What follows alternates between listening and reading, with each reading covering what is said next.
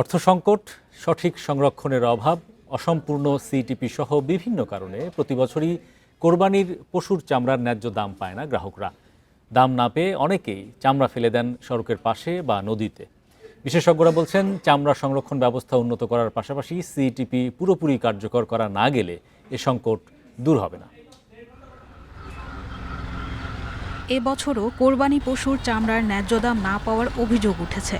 দাম না পেয়ে কেউ ফেলে দিয়েছেন, কেউ আবার মাটি চাপা দিয়েছেন, কোথাও নদীতে ফেলে দেওয়া হয়েছে।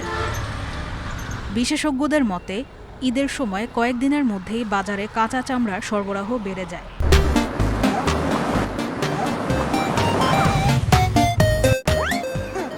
তবে ট্যানারিগুলোতে চাহিদা কম থাকায় দাম বাড়ে না। সরকার নির্ধারিত মূল্যও কার্যকর হয় না।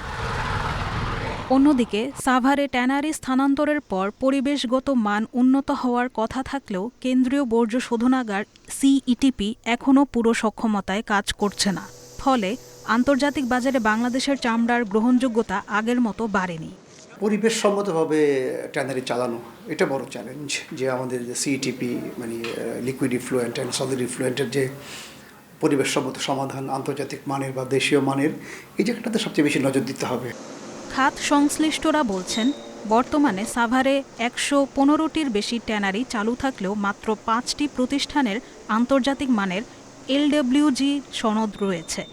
এই সনদ ছাড়া ইউরোপ, যুক্তরাষ্ট্র সহ বিভিন্ন বাজারে প্রবেশ করা কঠিন।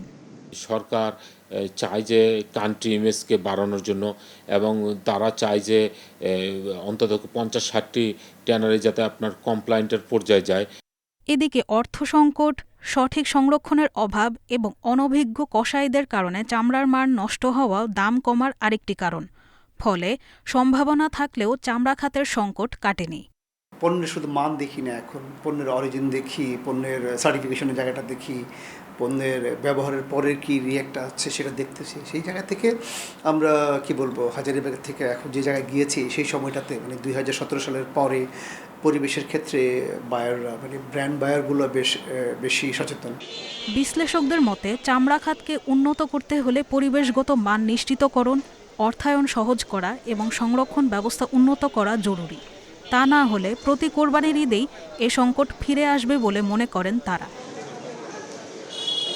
আদ্রিতা রাইন, ইন্ডিপেন্ডেন্ট নিউজ, ঢাকা।